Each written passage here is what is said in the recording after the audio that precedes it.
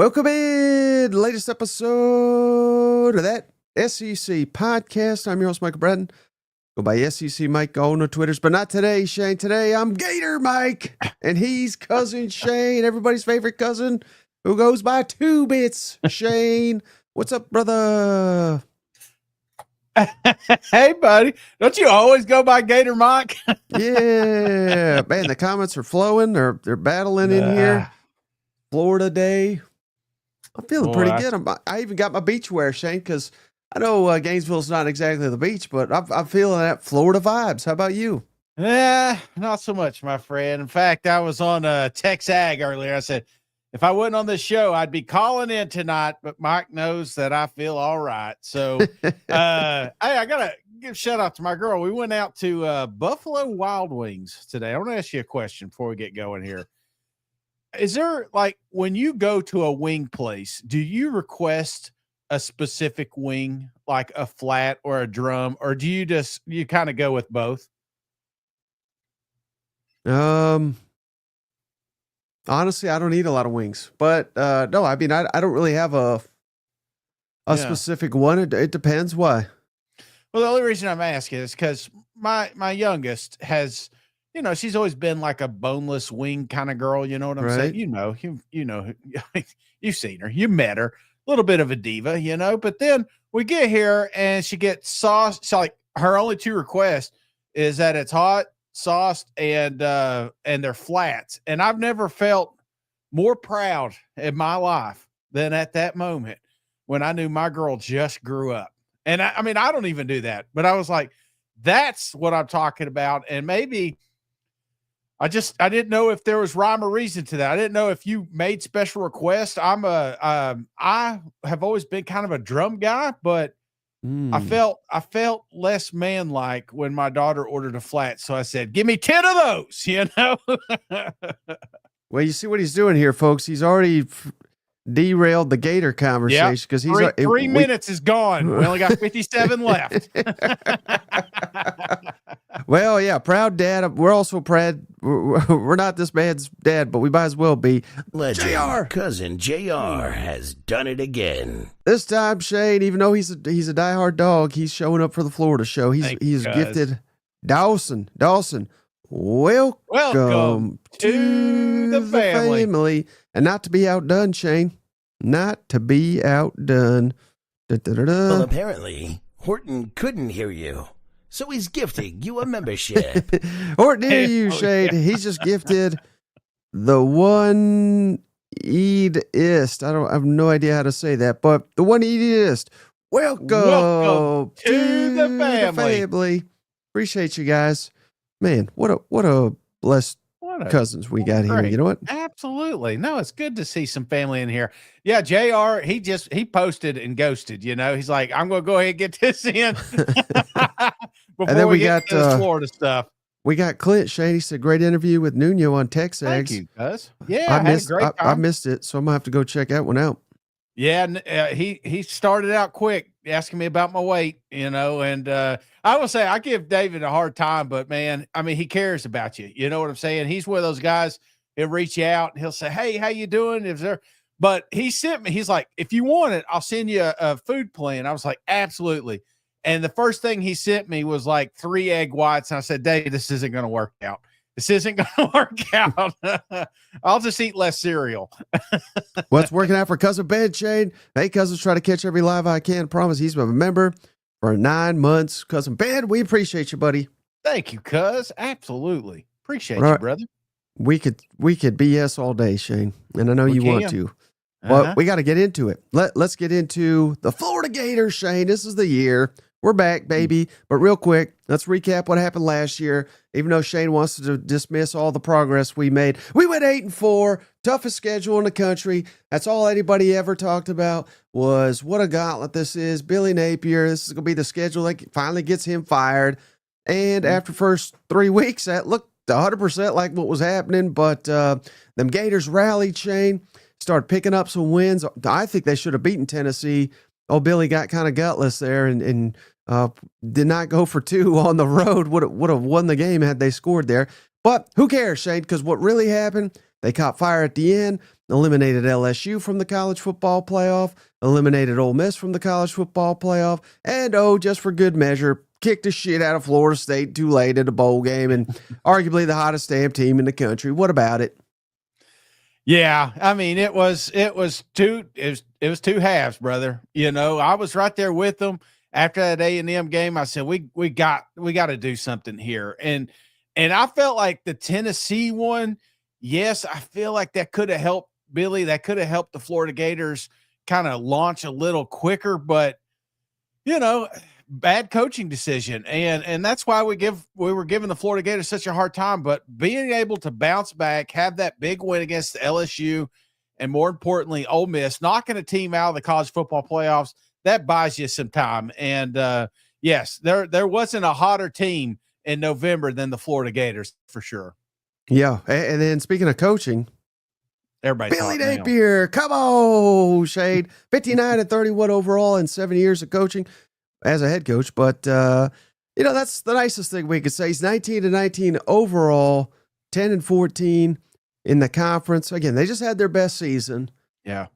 But by Florida standards, I mean, that was not even that great of a season. But who cares about that, Shay? We're looking towards the future. And here's his record against the entire SEC during his time there in Gainesville. And I was pretty surprised, Shay, that he's only got a winning record over 3 SEC programs. South Carolina's 2-0, Ole Miss 1-0, Mississippi State 1-0. So everyone else, he's 500 or has a losing record.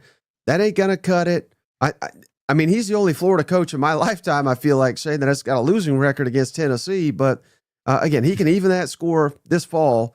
But this is the area where we got to do a hell of a lot better because, again, Florida's supposed to be a top 5 program in this conference, and they've not been it yet under old Billy. Well, it's the rivals, man. It's LSU, it's Tennessee, it's Georgia. Having a losing record with your rivals, you cannot stay down there. You cannot stay long. And I feel like there was some signature wins in the 3 years that Billy's been down there, but there has got to be a shift if he plans on sticking around, mainly with those 3 teams, in my opinion. Mm-hmm. And then as for the coordinators, they Exodus Austin Armstrong, Shays, get his ass out of here. They really demoted him last year. Promoted Ron Roberts, who's been with Billy at Louisiana. He's been all over the country. He's been at Baylor. He's been at Auburn. Now he's the official defensive coordinator in Gainesville, and he was the last couple games when we got red hot. They got Russ Callaway, who was on staff, but now he's technically promoted to offensive coordinator, even though Billy Napier is still our offensive play caller, which some people are even upset about that. Again, I don't think he's a horrible play caller. Yeah. But I don't think he's elite either. You know what I mean? Like they're kind of, he's good. I'll give him that. Yeah. Well, he is good. And I feel like there was some continuity, but there was also some change. And that's what I like. You can't stay idle long in the SEC. It's such a small window. Either you make it or you don't. And if you start seeing things going awry, you have to make those, what you may think, drastic changes. So that's one thing I can't say about Billy. We knew it. He knew it. Everybody knew it. He made a good decision. I think he's good here with the coaching staff. Yeah, and I'm good with Cousin Ben Shea because he's just gifted a membership this time to Sarah. Oh, Sarah, welcome to the family. Courtesy of Cousin Ben, who's a legend. He is. Absolutely. Man, I tell you what, I figured the numbers would be higher with all this heat outside, It's like that Mark Chestnut. It's too hot to fish, too hot to golf. So let's jump on the podcast here. Yep. Well, hey, speaking of getting hot, Shane, this is big reason why I like the Gators this year. Yeah. Returning production, buddy. Over 63% of the offenses of production is back from last year. That is number 3 in the conference right there. 73% of the passing. That's number 5 in the SEC. Thanks to the great DJ Lagway. Rushing yards, almost 70% is back. That's 5th in the SEC. Receiving, we got some work to do, but still 36.5%. That's number 8 in the SEC. So we're nowhere near the bottom. And then we love the big ugly, Shane. This is critical. 83.3% of the offensive line snaps from last year are back. That is number 3 in the SEC. So you're starting to see it. We got a talented quarterback. He's surrounded with a fantastic offensive line, a deep backfield, and then some real star potential at receiver. Mm-hmm. They got all the pieces to be maybe the best or most improved unit in the entire conference this fall. Yeah, and I mean, honestly, I think this is why everybody is excited about the Florida Gators. Is not so much, how they ended last year. It felt like that was the growth and development of this team right here, and they're coming back in 2025, led by DJ. Ball. Some are saying could be potentially the best running back. Trey. Yeah. Here's a guy that 2 years ago I thought he was going to catch the world on fire. Hasn't had that yet. Could be this season. And then you pair that with a big, giant offensive line. I mean, this is the recipe for what Billy wanted. I mean, this is the team he built, and that's why there's so much pressure going into year 4 here, is because this is the squad that he was trying to develop, And let me ask you this real quick. I got DJ Lagway, his stats up. Again, not the most impressive. Not that they're awful, but just a hair under 60% completion percentage, 1,915 yards, 12 touchdowns, 9 interceptions, 101 rushing yards. Call me crazy, Shane. And I might be a little crazy. But I think I'd rather have DJ Lagway, assuming he's healthy, with 7 starts under his belt, than Arch Manning. Is that crazy? Just for next season. Good God. I can't go one day without mentioning Texas or Arch Manning. So, I mean, I've seen DJ, you know what I'm saying? And I've seen, not that I haven't seen Arch, but I do know that I have, let's say, the floor. I like the floor that we have with DJ right now. Haven't seen it with Arch, and for some reason we didn't get to see it last year for a reason. So yeah, I get where you're coming from. And I also think if I'm a Gator, I'm obviously confident in my guy, but I love the fact the other guy, I don't know if he's on the video game, but I assume, the cover or whatever the hell. He's on everything. He's going to be on ESPN. He's going to be on game day. Make him the damn face of the sport. Don't talk about old DJ over here who's kicking ass. You know what I mean? Like, I think that's perfect. Yeah, no, you may be right. And I don't think anybody's sleeping on DJ though. I mean, I don't know, man. All I hear is damn Arch baiting. Hell, we bring it up every day on this show, So Arch and Sellers and I think it's 4. I think there's a 4-headed monster right now. I mean, you possibly could throw Mateer in there. There's some really, for a league that usually leads in quarterbacks, I'm telling you what, brother, this is going to be the season that we put them out there, So yeah, we got some absolute studs in this conference. And I love this from Cousin Rick. The only thing better than Gator bites is having them hand delivered to Kyle Field. Bite the hell out of Notre Dame.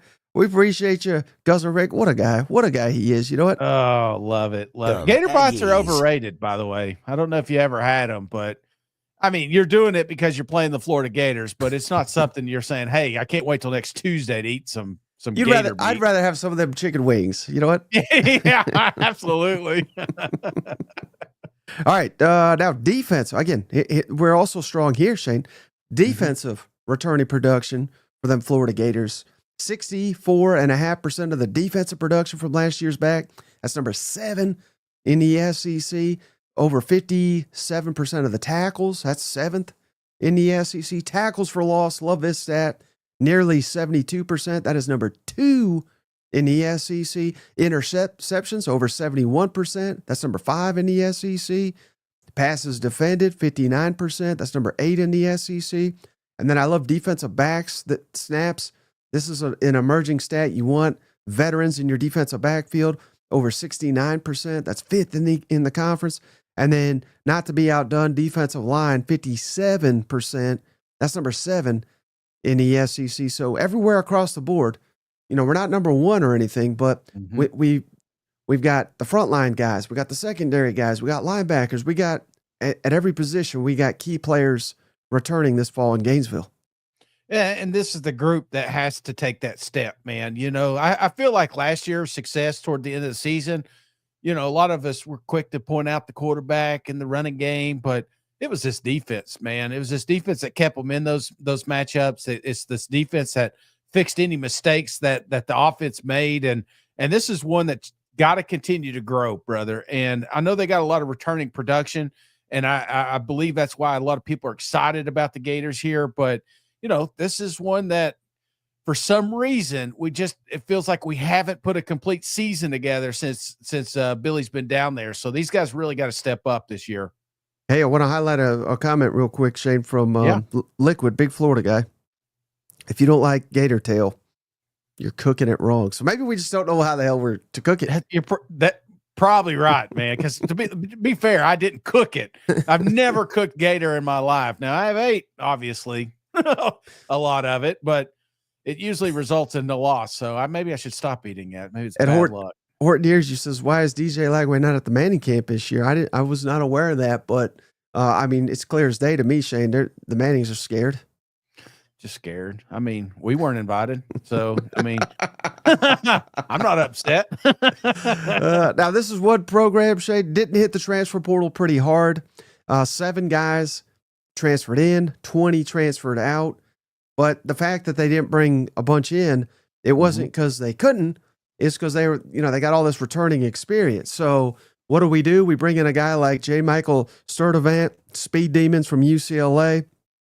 He had 10 starts, nearly 600 yards, 4 touchdowns last year at UCLA. We're bringing in Harrison Bailey. We all know that guy from Tennessee, UNLV, Louisville. Who knows what school he'll be at next year, but he was MVP of the spring game, I believe, so he lit it up there. They brought him in to back up old DJ and a couple other players, but again, none of these guys projected to start other than Michael Sturdivant. So again, depth pieces here. Oh, well, the punter may start, but again, that's just because we had a hole at punter, but the fact they didn't bring in a ton of guys, that tells me they love their roster down there in Gainesville. Oh, Tommy boy, back there punting. Yep. No, I like that. Michigan probably could have used him, Cause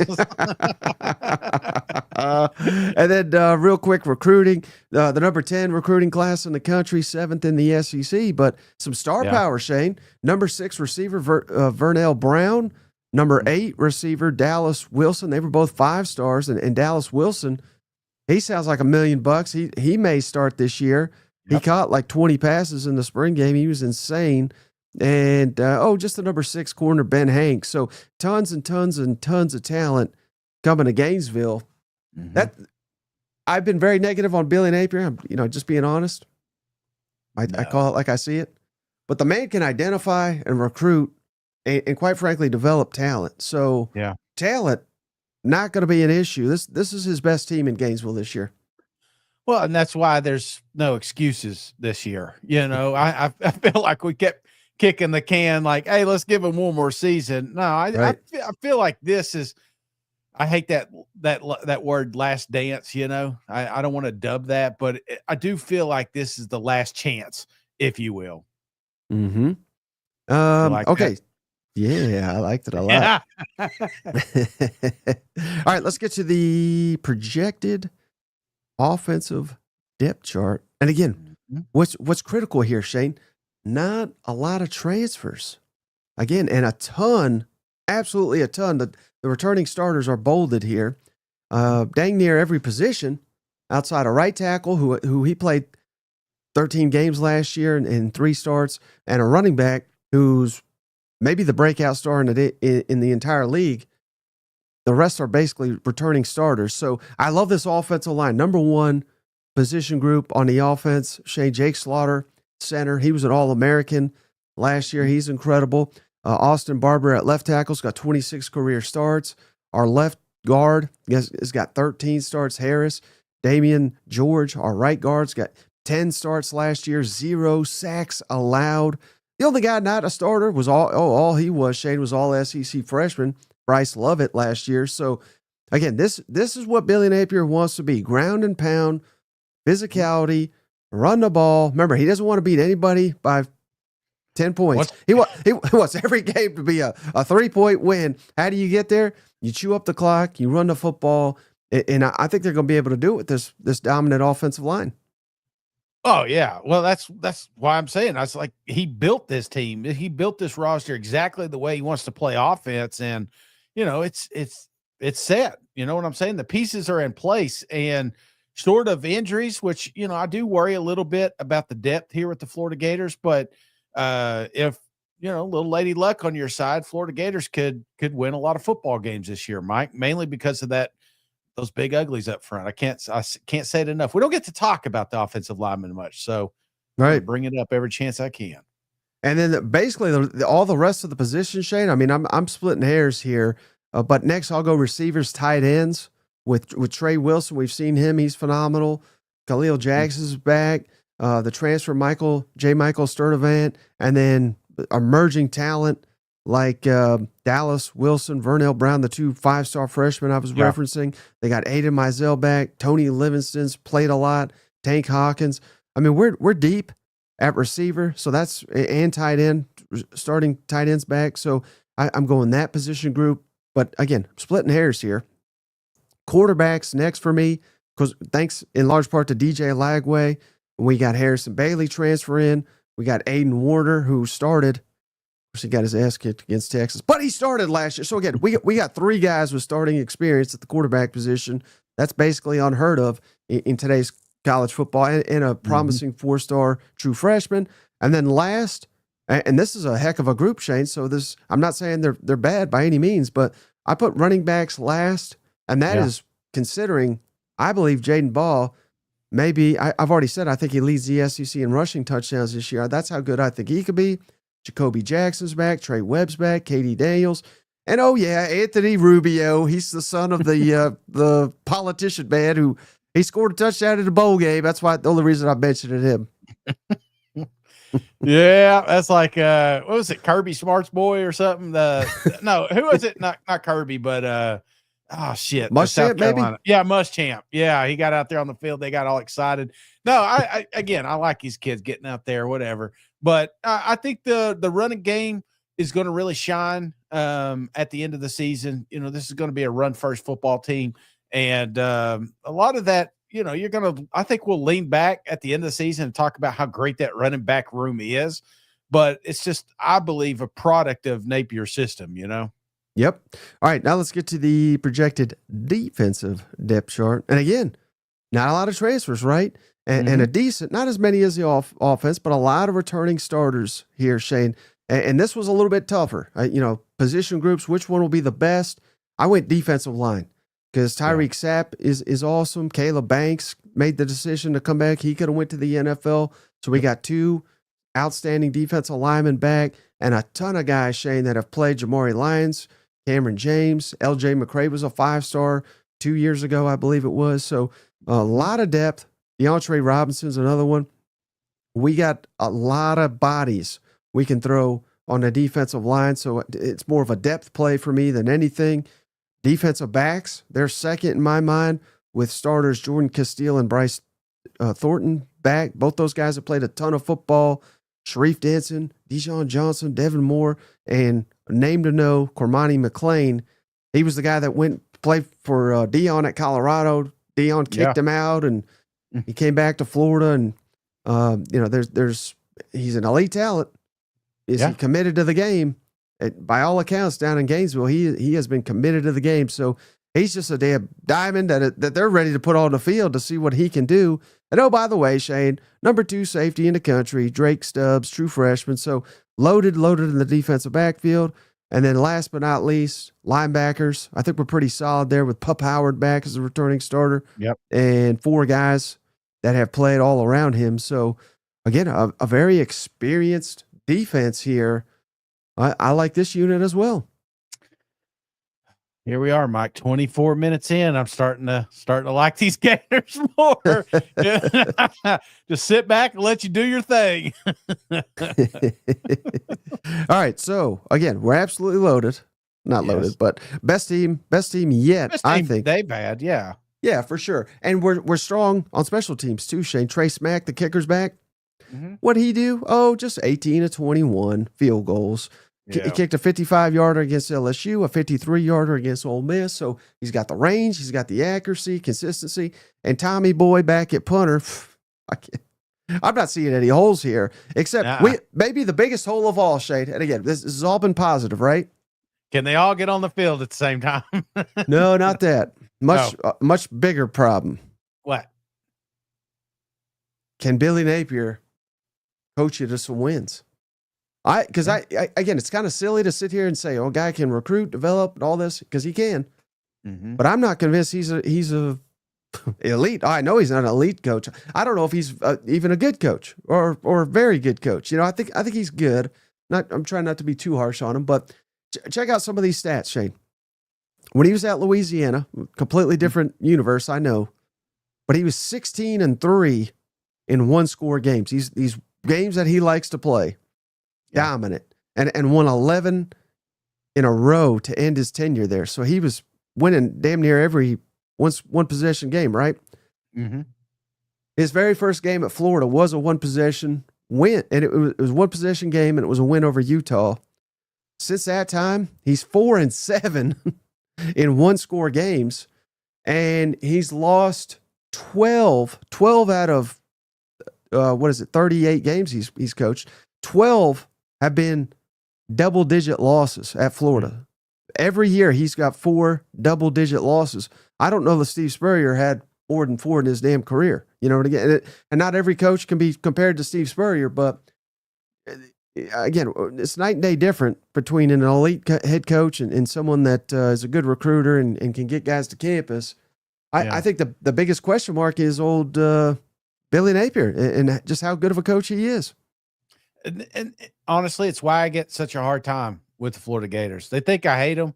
You know, I mean, I grew up Tennessee fan, so obviously there's a little bit of that's going to be in me. But I also grew up during Steve Spurrier days, during, Urban Meyer days, whether you like them or not. They won football games. So the expectations and the standards that I thought came with that Gator symbol, I still hold it at a higher standard, probably just because I've seen it at its best. So, yeah, I'm the first to criticize Billy. And let me ask you on this note, Mike, because a few years back, you got a lot of heat for somebody asked you about Coach Stoops, what you thought he would be. If you were giving attributes to Coach Billy Napier here, what would you have him as? Would you have him, let's say, recruiting and developing, and then overall, what would you give Billy Napier? Yeah, recruiting and developing. Yeah, probably an A. Mm-hmm. Coaching on Saturday, maybe a D. I mean, it's pretty bad. I mean, and again, it's not like I don't think he's a fool or anything, but I don't. I mean, it's just there's so many mistakes, so many issues.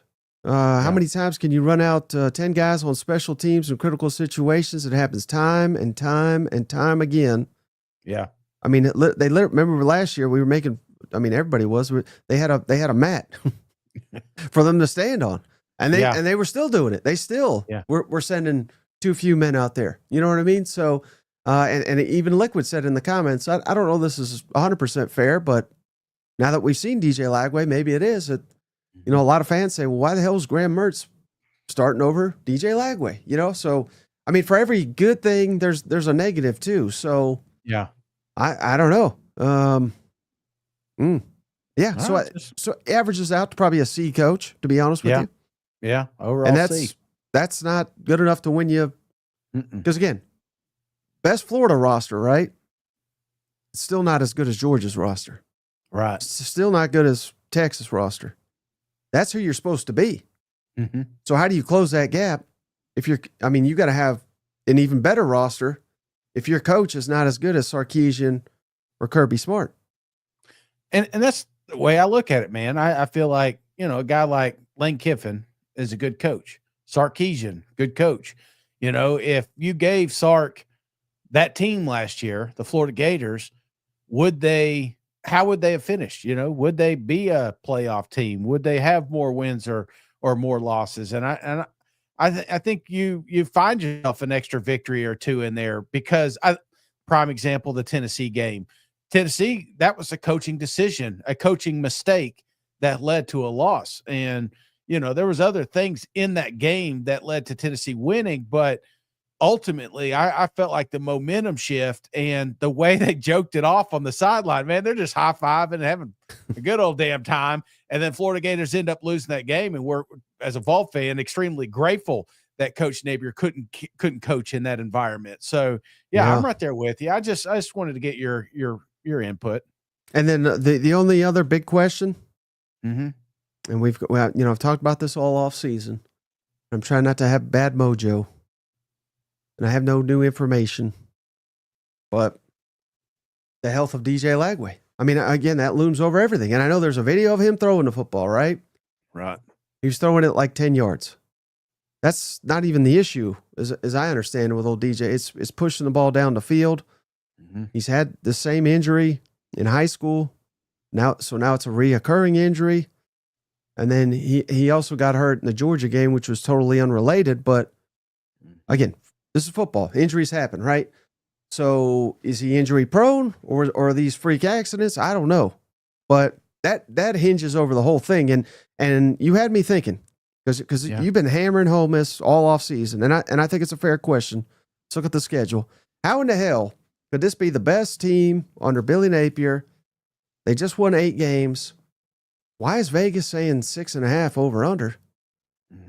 I'll tell you, Shane, because I don't think that they believe that DJ Lagway is going to be the quarterback for all 12 games. That's the only thing I could think of, because this is, I think, the easiest over in the entire SEC. I think 6.5 over is easy, but it's not easy if DJ Lagway is not there for all 12 games. I'll set it up this way. If you knew DJ played all 12 games, where do you think Vegas would have put this over under? Closer to 8. Yeah. Okay. Yeah. Game and a half. Yeah. That's fair. No, it's just, that makes perfect sense, Mike. And, there's got to be something. And that's my only fear is now the standards and expectations that kind of gotten rose up here. I mean, we've got a lot of talking heads out there saying Florida Gators are going to make a playoff run, on this show included. You know what I'm saying? And when you start building those standards around that program, if something happens, even if it is an injury, they're going to want to blame somebody, and they can't blame an injured quarterback. All right. So win, loss, or toss, buddy. This is a tough one. I flip-flopped a bunch of these. Yeah. So I got 6 games should be wins, 5 games that should be tosses. So you let me know if you agree with me here, Shane. But I got should be wins. Long Island, come on, get the hell out of here. South Florida, that's got to be one for sure. I got Mississippi State at home, should be a win. At Kentucky, I know they've had your number in recent years, but we whooped them last year on the road. I know, again, I'm very hesitant to give any SEC team on the road a guaranteed win, but I think Kentucky's one. Tennessee, I know that pains you, but God, do they own the Vols in the swamp? So that one to me is an easy one. And then Florida State, I got no respect for that program after the train wreck they had. So again, I got 6 should be wins right off the bat. Do you disagree with any of those should be wins? Well, I wouldn't say Tennessee's an easy one, but I mean, that would be the only concern I'd say. Tennessee be a toss, and I think move Georgia to a loss. Well, we haven't got to the tosses yet, but so we got 5 toss-ups here. Yeah. At LSU. Yeah. And that's just because it's at LSU. Otherwise, I might have that as a win. I don't know what the hell to make of Miami. At Miami, Miami whooped us last year. I don't think Miami's going to be near as good. But again, rivalries, that's on the road rivalry. That's the only reason I got that as a toss. I do favor Florida, but who the hell knows? At A&M, very difficult environment. Georgia, toss. Come on. I know you love the dogs. And then I switched Ole Miss. I had it as a win. But again, it's on the road. Revenge game for them. I think it's foolish to sit here and say, oh, that's an easy win in Oxford. It may be, but I can't say that here in late June. Yeah. Okay, I agree. I guess, this looks good. And then loss, Texas, and the only thing I'd change is Georgia. I just until I see this game being relevant or close, I'm not gonna just. Well, it was close last year. Was it? All right. For 3 quarters. Yeah. You know what game's not going to be close, Shane? What's that? Long Island. Get the hell out of here. Come on, we're going to beat them by 50, right? Yeah. This is going to be an absolute bloodbath, and I hope. That only thing I worry about games like this is that if it's close in the third quarter, which Billy does like to play close games, even though Florida will win this thing, it would be some red flags would definitely come up if you're losing to a shark, So yeah, it ain't happening. Come on, no, it's not happening. No. Your hatred is coming through big time here. All right, so now week 2.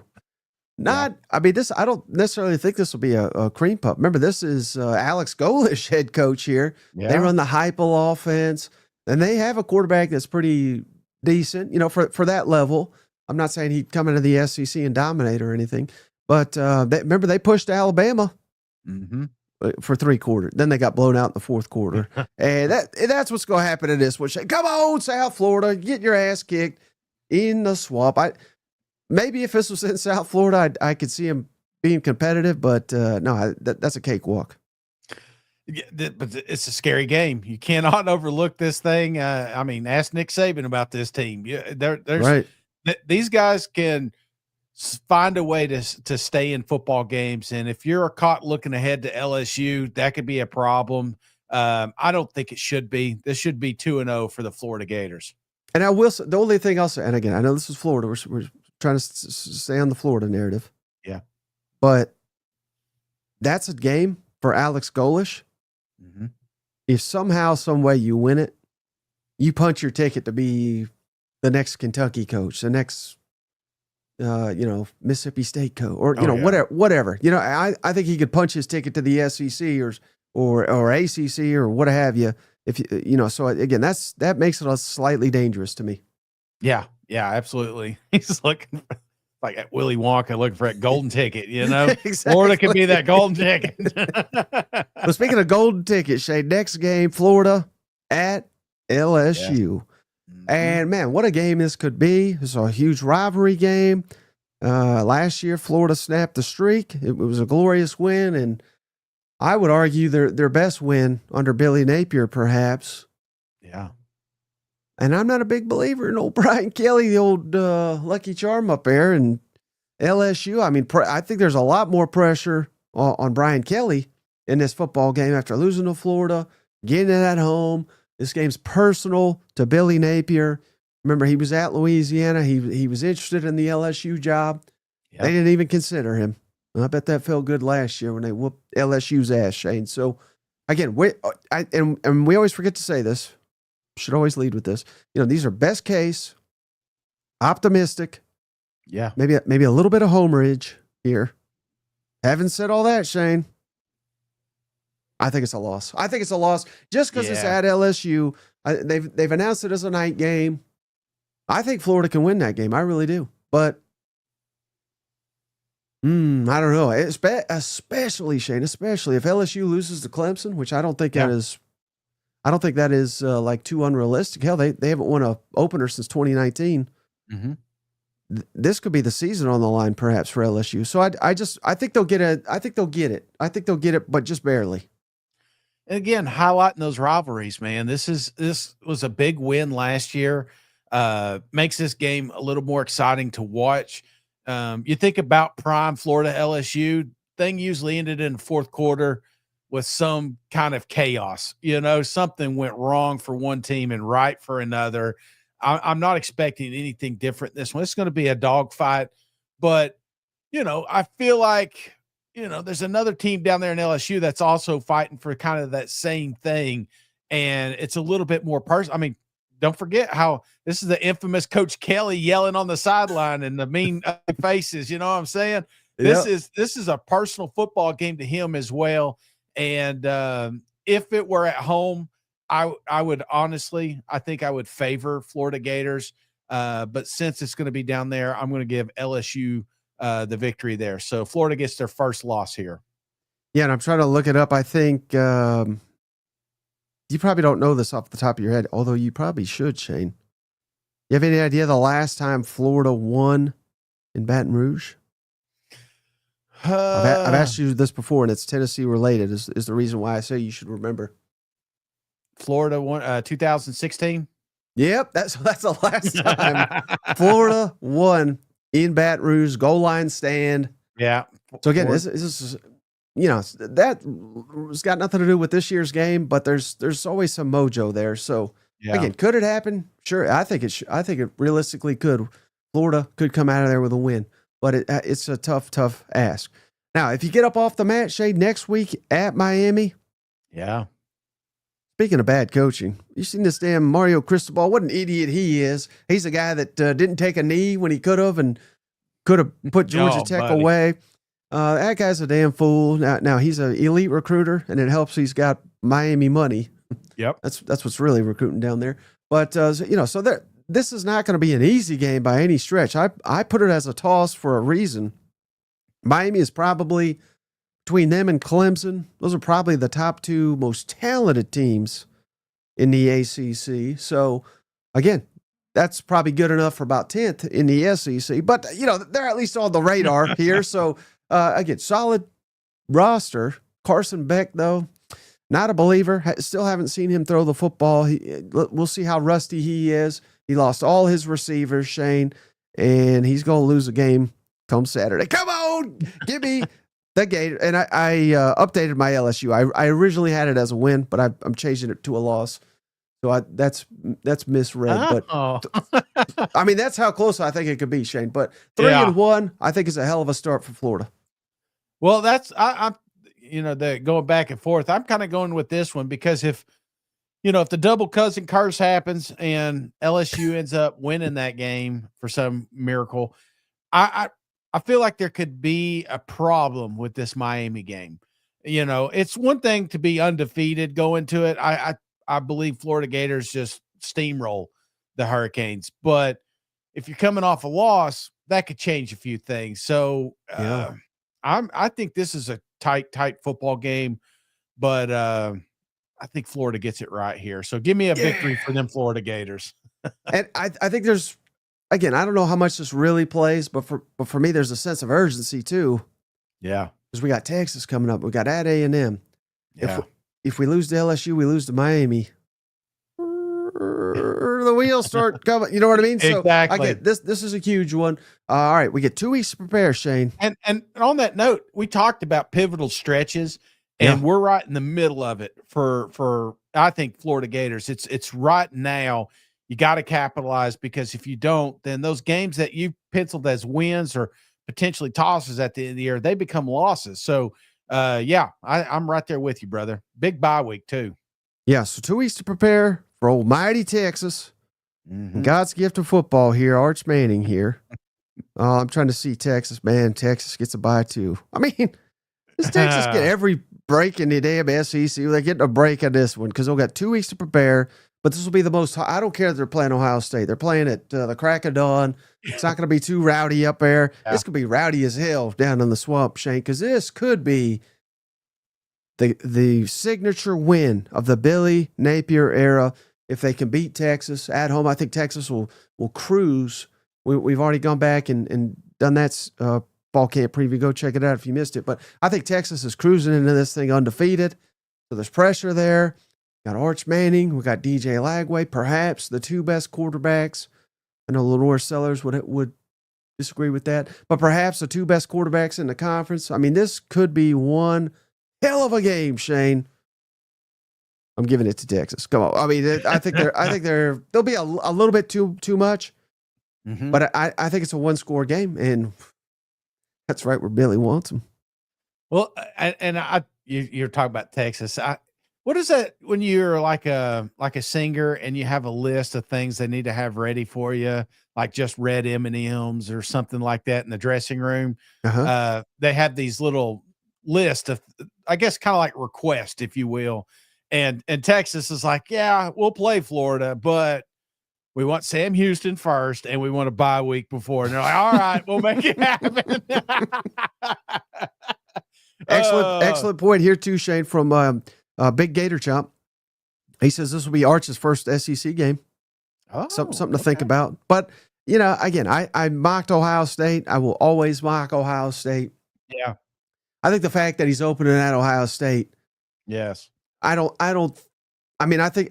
this will be a significantly much more hostile at night SEC game. I get all that, but I think he'll be prepared after playing at Ohio State.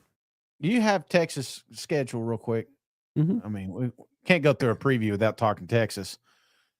So they got Ohio State. I mean, there is a little bit of that, maybe that Ole Miss effect. Last year you kind of get lulled there with those three teams, and then you play the Florida Gators. Could be something there, but the fact you got them this is in the swamp, right? Yep. Ooh, the toughest place to play, says SEC Mike. Cotton says, well, Mississippi State last year was his first SEC, but are they really SEC? No. I'm kidding. But Sven's not in here. I don't see him. We're good. I'm pretty sure that was a home game too.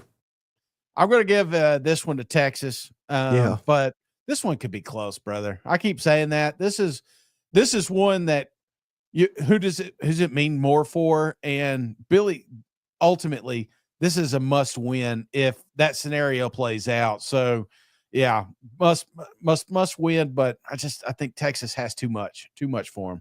And let me put it this way. Again, last season probably's got little to do with this season. Yeah.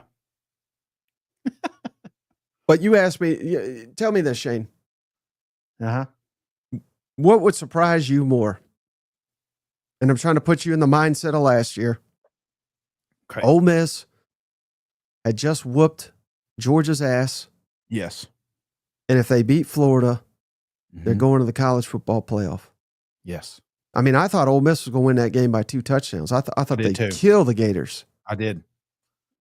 The fact that Ole Miss lost when they sent 8 guys to the NFL draft, 20 players overall are on NFL rosters right now off that Ole Miss team. What would surprise you more? Florida beating that Ole Miss with everything on the line, or Florida beating Texas at home? Which would surprise me more? Yeah. I think last year surprised me the most. That's the point. Yeah. The point being, I mean, hell, Florida's done. They've pulled bigger shockers than this. It reminds me a lot of 22 Vols. You remember when Hendon Hooker was quarterback, Tennessee? Mm-hmm. And that game, I've never been more confident because they got their asses kicked by the Florida Gators. Similar to Florida getting their asses kicked by Texas. You're just thinking, oh, man, the wheels have fell off this thing. There's no way Ole Miss is going to lose. There's no way Tennessee's not going to go to college football playoff. Very, very similar outcomes. Absolutely blew my mind. And part of the reason why everybody's so high on the Florida Gators this season. Yeah, I apologize to Mississippi State, Shane. Look at old cousin Cameron here. Shit. Cam, I'm sorry, Cam. Shane wanted me to say that, though. I didn't say anything. I didn't tee it up. He told me not to hit any more of these things up because he worked so hard on these decals or whatever. All right, next game, Shane. Yeah. We're moving on from Tech. We're moving on, Shane. Yeah. We got a trip to A&M, brother. And again, we're high. You're not that high, which is good on A&M. Yeah. I think A&M could be playoff bound. Playoffs. Yes, playoffs. Year 2. Mike Elko. Shane's a regular on Texags. Go check it out. Just on there for weight loss and hyping up the Aggies. But man, I think Florida's better than last year. Yeah. I think A&M's better than last year. And A&M whooped you. This could be an all-time class. I think this one's going down to the wire. I'm talking overtime here, Shane. Yeah. Give me A&M.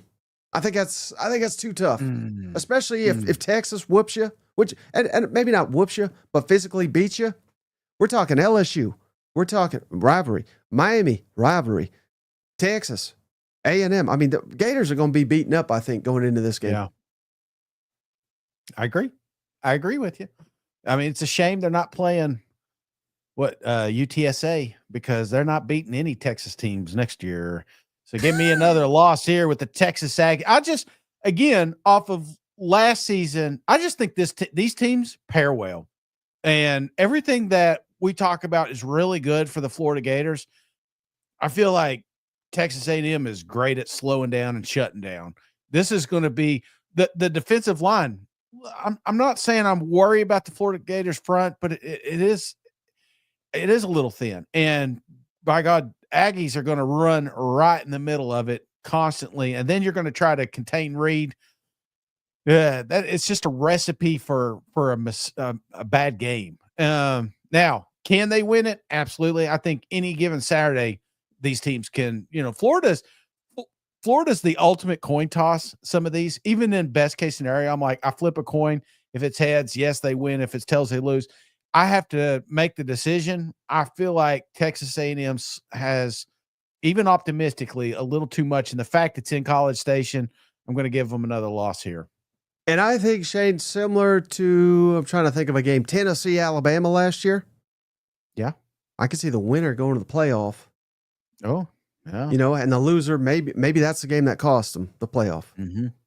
I mean, I think it could be that important. Army says, you sure Shane in on the A&M fan page just to talk barbecue? And Cousin Kyle says, yeah, we just got another month subscription out of him for that one. Appreciate you, buddy. All right. So next game, Shane. Yes. You know what? Everything I said about Mississippi State's true. Florida gets off the snide, beats the hell out of Mississippi State at home. I think they rebound. And this is, again, not trying to be totally disrespectful, even though I already disrespected your program. Mississippi State's the perfect opponent after that gauntlet you're on, getting them at home, and then you get 2 weeks to prepare for Georgia. So all you got to do is run the football. Mississippi State can't stop the run. I think Florida may kill Mississippi State. May kill them. Absolutely. I why do I keep saying this? Every game I'm like, but you got to be careful. I did this with them San Jose or whatever they were. No, this should be a win. It's better be a win, especially if even we're doing optimistically, Mike, 2 to 3 losses up to this point. You cannot afford a close game with a team like Mississippi State. And I'm not knocking Cam. I'm not mocking your state. I'm just saying the expectations and standards are to smoke Mississippi State. And if they don't, then they would consider that another loss almost. Yep.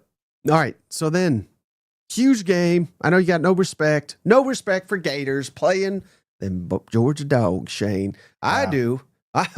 Buddy, I do. One of the greatest venues in all of not only college football, all sports, down there at the cocktail party.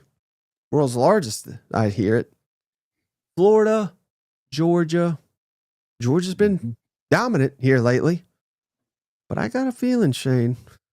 I got a feeling. Them Gators, Shane, they've had this game circled for 365 days, let me tell you. And this is where we turn around the season. This game means more to us, means more to DJ and Billy and everybody down there. The streak is getting snapped, brother. Give me them Gators to beat Georgia. Oh, my gosh. But they can't beat Texas. Can't beat Texas. This damn list, Mike, I tell you what. Can it happen? Sure. But the thing about Georgia and this rivalry, it's kind of like a Kentucky-esque. They keep it close for some reason, and then all of a sudden, Georgia finds a way to win yet again. That's what happens here, Mike. This is a good ball game for 2.5 quarters, but I just feel like Georgia Bulldogs have too much firepower, too much defense, too much offense. This is another victory for them Dogs. Okay. Well, you're wrong, but I'm just glad we didn't double cousin curse them. We got several up there. Yeah. I think Florida's like, you know what? This isn't so bad, And then if you're right, Shane, another perfect opponent to rebound. I know it's on the road. It makes it difficult, but we're at Kentucky the following week. Yeah. Will Mark Stoops, will he be at the bar still at that point in time? I don't know, Shay, but Kentucky, motivated, maybe the worst team in the conference this year. I don't care where the game's played. Give me the Gators. I think they go strong to get into November here. Smoke them.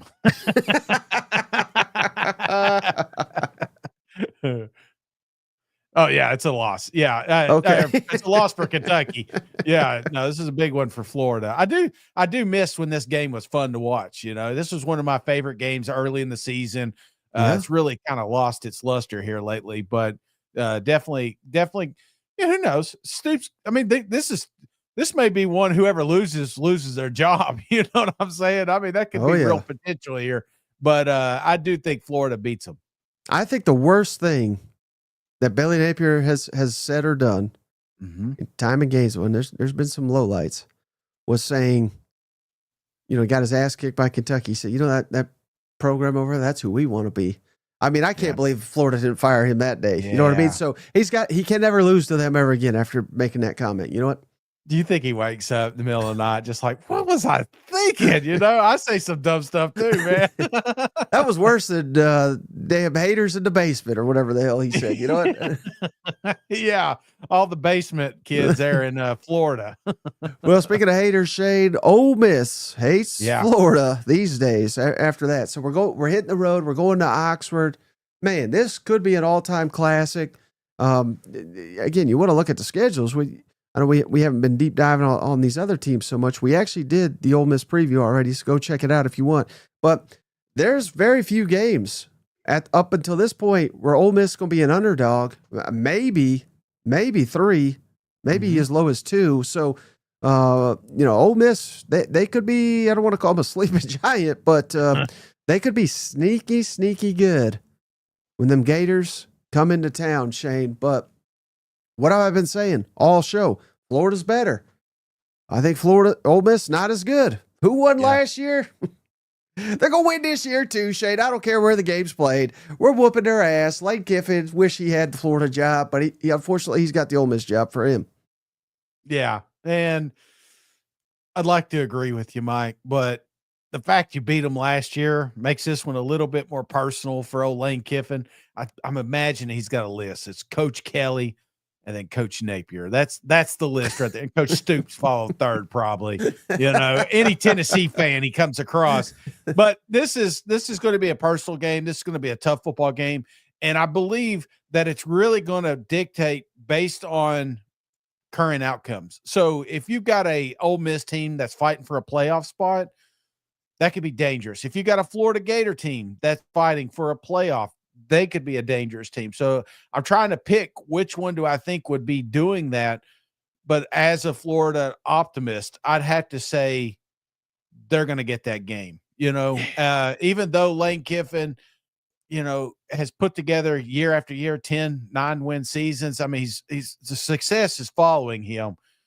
But I do feel like this is the best team that Billy's ever had to go against a team like Ole Miss. So yeah, I'm optimistically we should get a win here. If we're going to beat them at home with a playoff run, we can beat them there with all those kids in the NFL now. Shane, for all we know, Lane Kiffin is the Florida State coach by the time this game rolls around. You know what I mean? Yeah. He could be on to his next job. He's always eyeing that next one. Yeah, he may be. Now, speaking of the next game, Shane, Tennessee comes to the Swamp. Buddy, this game's always played early. Not this year, which is very, very interesting for this one, Shane. Tennessee, Florida was once the battle of the SEC. But hey, Tennessee has at least made it interesting the last couple of years, right? I know you got confidence going into this football game, but you know, I don't. Give me them Gators, say, to beat the hell out of Tennessee in a Swamp, because that's what they do every year. Yeah, for 30 years in a row. And here I can already tell the audience what's going to happen. Shane's going to psych himself up. He's going to convince himself we're going to win, and then it's going to be the most painful loss humanly imaginable. That's what's going to happen. It's true. It's true. Can you pull up Tennessee's schedule? And this is exactly, you're right, how it plays out. I get my hopes up because they just, had a monumental run after the Alabama game. That, here's the thing. When I look at Tennessee, Oklahoma, and Florida, it's like I'm afraid they're going to lose one of those games. And if they beat Oklahoma, I'm even more worried about the Swamp. If they lose to Oklahoma, I feel a little bit better about that situation. I know it's crazy, but it feels like, because I've watched a lot of these damn Tennessee-Florida matchups, that there are many years where Tennessee should win, and then we're in the third quarter, and we're like, why are we still down 10 points? I don't get it. They got Harrison. They got the backup quarterback in, and he's kicking our ass. What's going on? Yeah, that could definitely happen, and it's a dangerous place to play. The product may not be great, but the fans always will be. That place will be locked and loaded. And if I'm Florida, optimistically, there's no way they lose to the Tennessee Vols. Cousin Brodo, I'm all in for Mike and Shane giving Gator fans hope and dreams, only to be crushed when they start SEC. That's Shane's burner right there. All right, then last game, Florida State. I mean, they're blowing up their team, bringing in all these transfers. Thomas Castellanos, whatever the hell his name is, talking shit about Bama. Let me just tell you now, it's going to end horribly for him. I think we'll be better than last year. They were 2-10. So give me a 4-8 and give me about a 48-point ass whooping in the Swamp. Florida beating the hell out of Florida. So optimistically, remember I switched the LSU game. Yeah, I got Florida 9-3. What about you? I think 8-4 is what I had. Let's pull that up one more time, because I had LSU, Texas A&M, Texas, Georgia. Yeah. So I got 8-4 optimistically. That's, and I feel like with the schedule, I'm not, Billy's not going to come out here and say it like maybe Kirby Smart would, but there's a few teams that really got screwed here the last two seasons, and the Florida Gators are definitely one of those. And I feel like if he can hit 8-4, let me ask you that. What's the threshold, in your opinion, for them to retain Billy and say, hey, you know what? Because I don't know if people are wanting to fire coaches as quick as they used to, with this. I mean, it's kind of a wild time right now. Is there a number in your head you're saying, hey, if Florida hits 7 wins, they're bringing him back? If Florida hits, this, I'll tell you right now, no, there's not a number. Yeah. But there's a reason I led with this stat, Shane.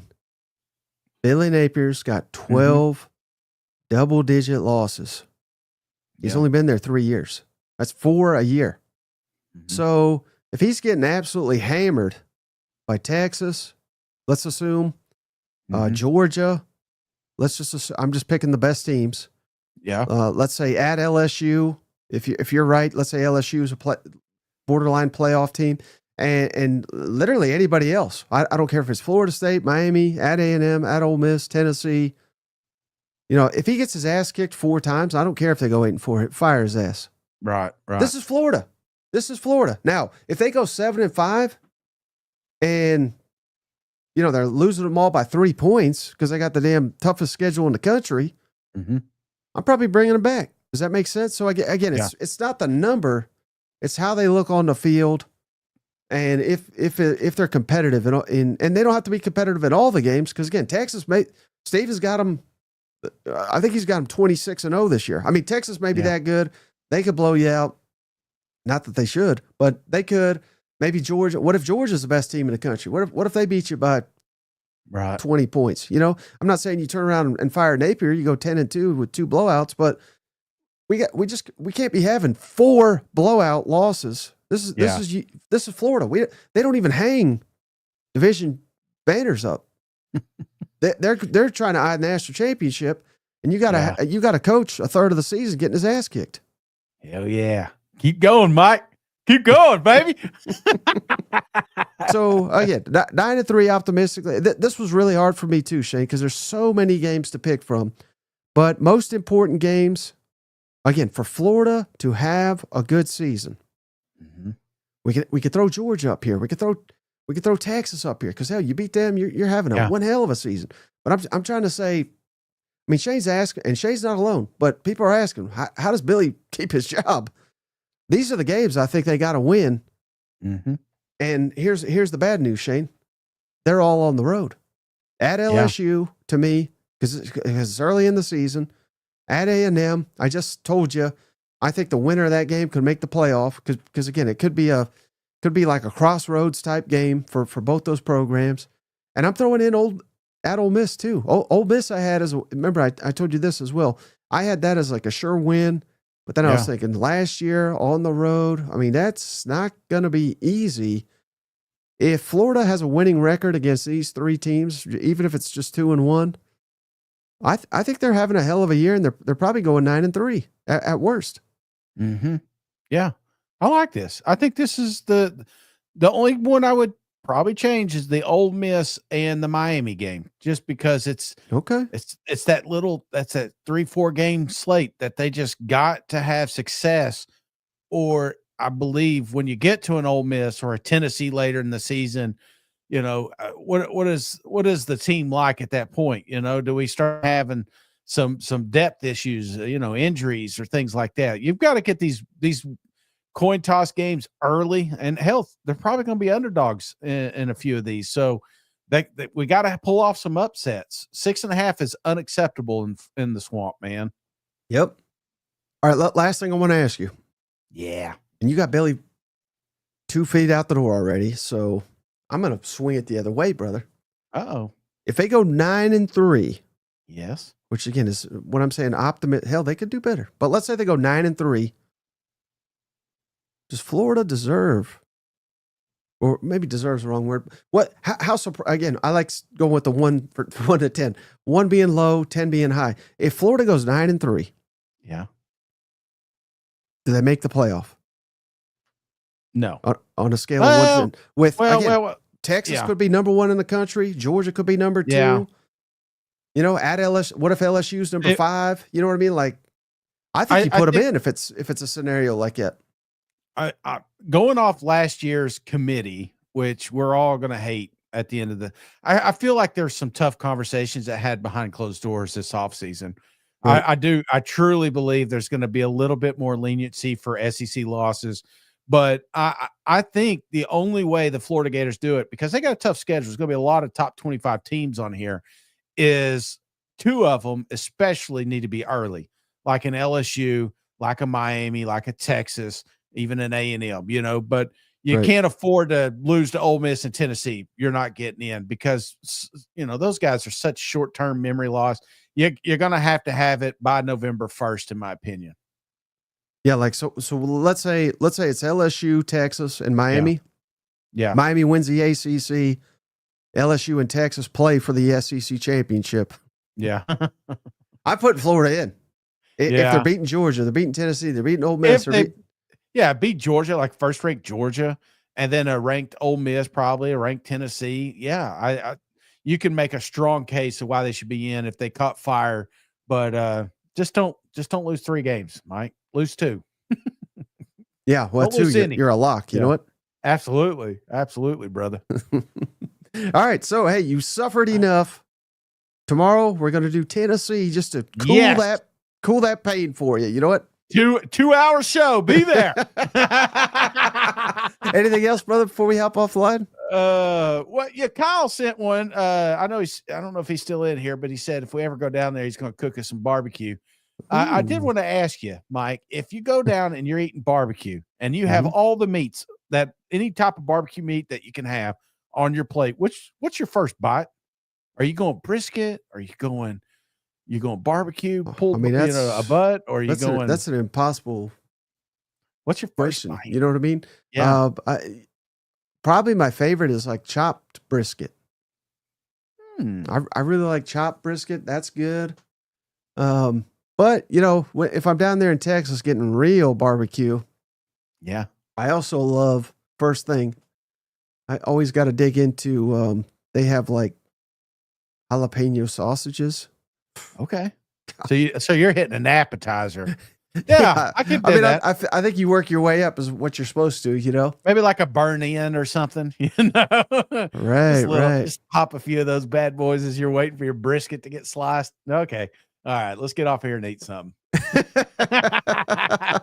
All right, buddy. So, hey, I appreciate you. Appreciate each and every one of you. We'll catch you tomorrow as we preview the Tennessee Vols. No. Go, Gators! Hey, buddy, this beer's for you, Mike, and Cousin Shane. That SEC podcast loves the Pirate, and the Pirate loves that SEC podcast. Hail State.